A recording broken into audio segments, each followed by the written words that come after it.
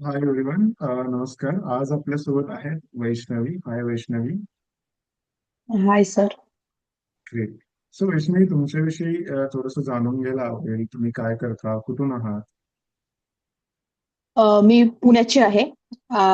Me I T developer आहे डसॉल systems मध्ये. Okay. Okay. So कधीपासून आपण हे एन्झायटी इश्यूज किंवा जे चॅलेंजेस फेस करत होतो आणि त्याच्यामुळे कसा इम्पॅक्ट होत होता ऍक्च्युली तुमच्या मे बी पर्सनल लाईफ किंवा जॉबवरती असेल, कामावरती असेल? फर्स्ट पॅनिक अटॅक किंवा एन्झायटी मला 2 अडीच वर्ष आधी ट्रिगर झाली होती आणि त्यावेळेस I don't have any idea की काय असतं हे नेमकं.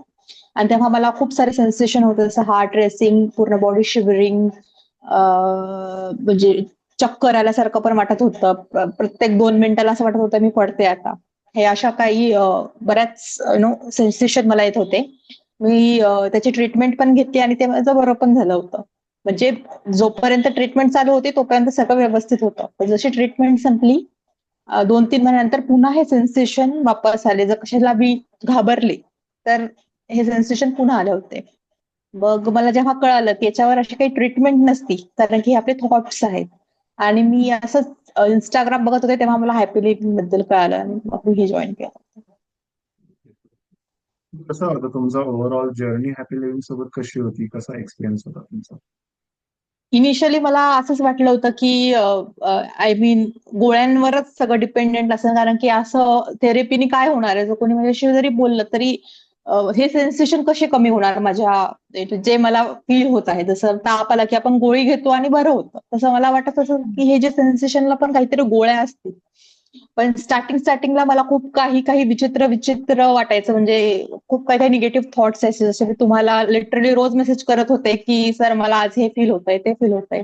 आणि ज्या प्रकारे तुम्ही मला समजून सांगितलं विथ लॉट ऑफ एक्झाम्पल्स, तेव्हा मला कळालं की आपलं जेव्हा माइंड पॉझिटिव्ह विचार करायला चालू करतं तेव्हा हे कोणते सेन्सेशन आपल्यामध्ये येत नाही.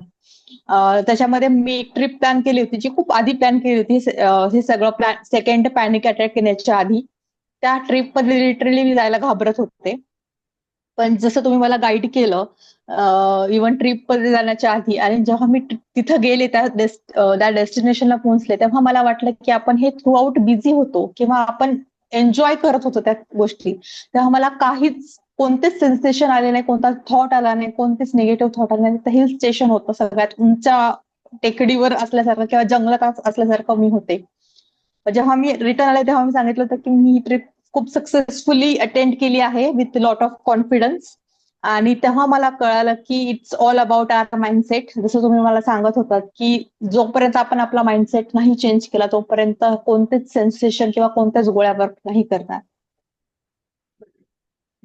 तो खरंच ऐकून आनंद होतो आणि प्राऊड सुद्धा फील होते की ज्या पद्धतीनं तुम्ही स्वतःमध्ये हा बदल केला आहे.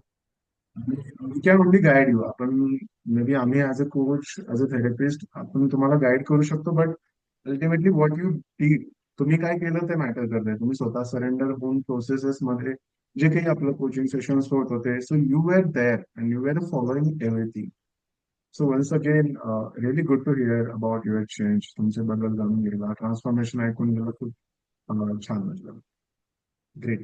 So, thank you any sir. message from you to all those people who are like living with anxiety, की anxiety सोबत जे राहत आहेत, anxiety issues मधून जात आहेत, त्यांच्यासाठी काही मेसेज द्यायला तुम्हाला आवडेल का?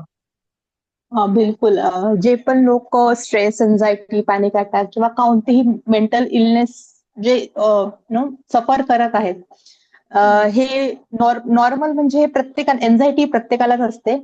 पण आपण त्याला कसं डील करतो हे याच्यावर आहे. हॅपी लिव्हिंग लिटरली आपल्याला तेच शिकवते की एन्झायटीला डील कसं करायचं आहे, कसा विचार करायचा आहे. कितीही गोळ्या घेतल्या तरी याच्यावर उपचार नाही आहे.